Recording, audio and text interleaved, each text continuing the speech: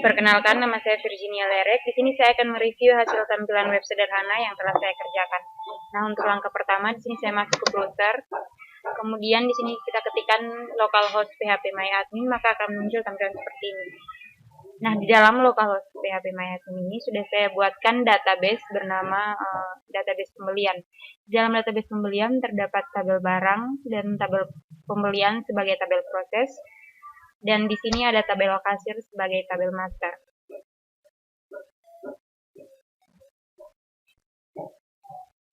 Di dalam tabel kasir sebagai tabel master, di sini ada beberapa field. Yang pertama ada ID kasir, kemudian kode kasir, ada ID pembelian dari tabel pembelian, dan ada ID barang dari tabel barang, dan di sini ada nama kasir. Nah, kemudian di sini kita langsung masuk saja ke relasinya. Kita klik di database pembelian. Kemudian kita pilih more, designer.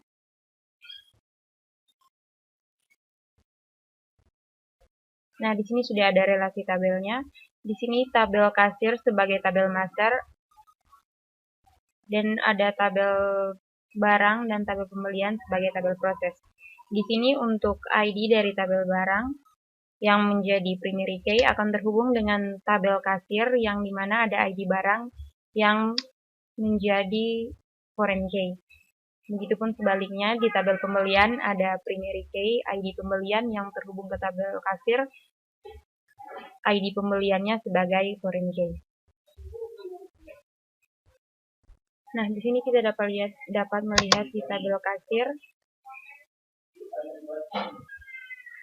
Nah, di sini di struktur.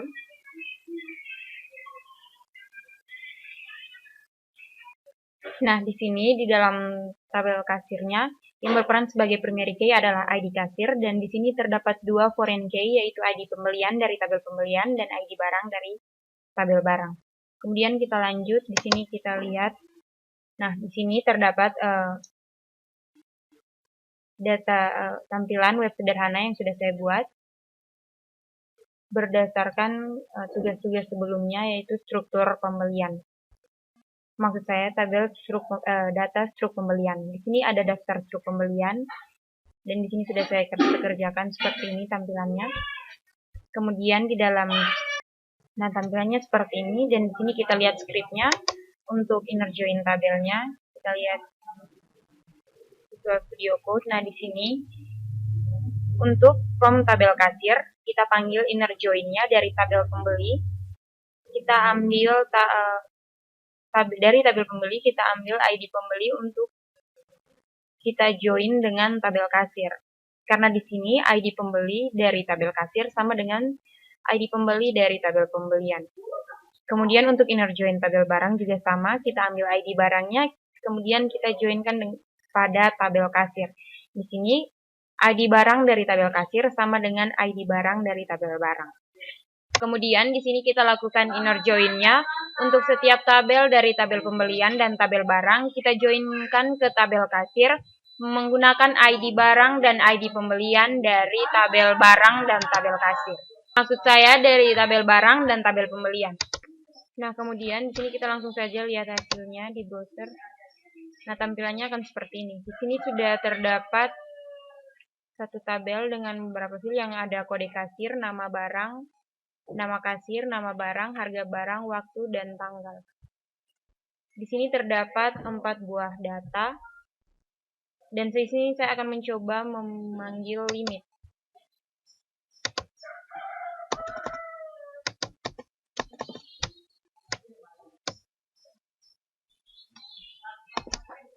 Sini kita ketikkan seperti limit 1. Nah, di sini untuk limitnya, di sini saya akan coba memanggil satu data saja. Kita ketikkan limit 1, kemudian kita simpan, lalu kita refresh di browser.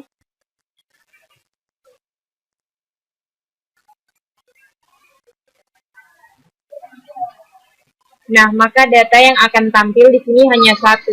Kemudian kita coba panggil 2, 3 data. Kita simpan, kemudian kita ke browser, kita kita refresh lagi. Nah, maka di sini data yang terpanggil adalah 3 data dari 4 data yang sebelumnya saya buat. Kemudian kita hapus untuk limitnya. Kita simpan.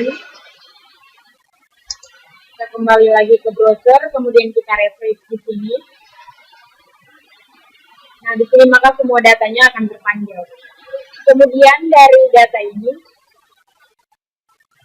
di sini tampilan web sederhana ini terdapat beranda, user, dan admin.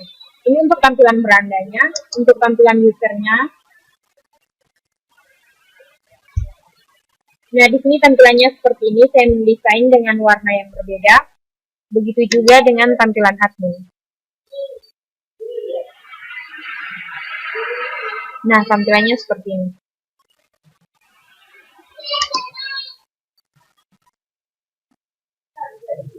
Setelah itu di sini ada untuk daftar grup pembeliannya. Dari daftar pembelian pengunjung, di sini ada list daftar pembeliannya. Kemudian di bawah list daftar pembelian terdapat beberapa icon yang jika kita klik, di sini kita dapat copy untuk setiap data yang ada di dalam tampilan ini.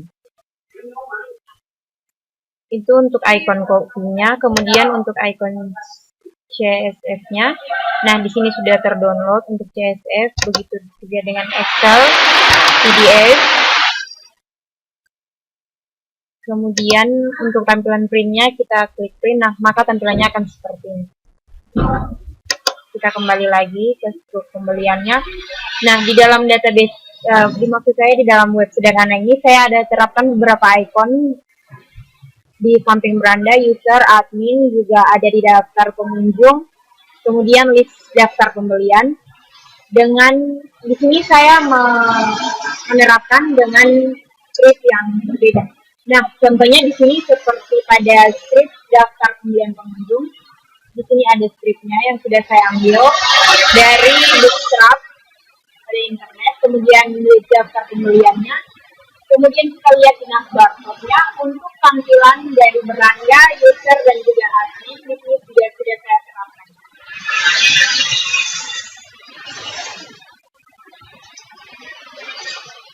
Untuk database sederhana yang dapat saya buat seperti ini. Bila ada kekurangan, saya mohon maaf dan terima kasih.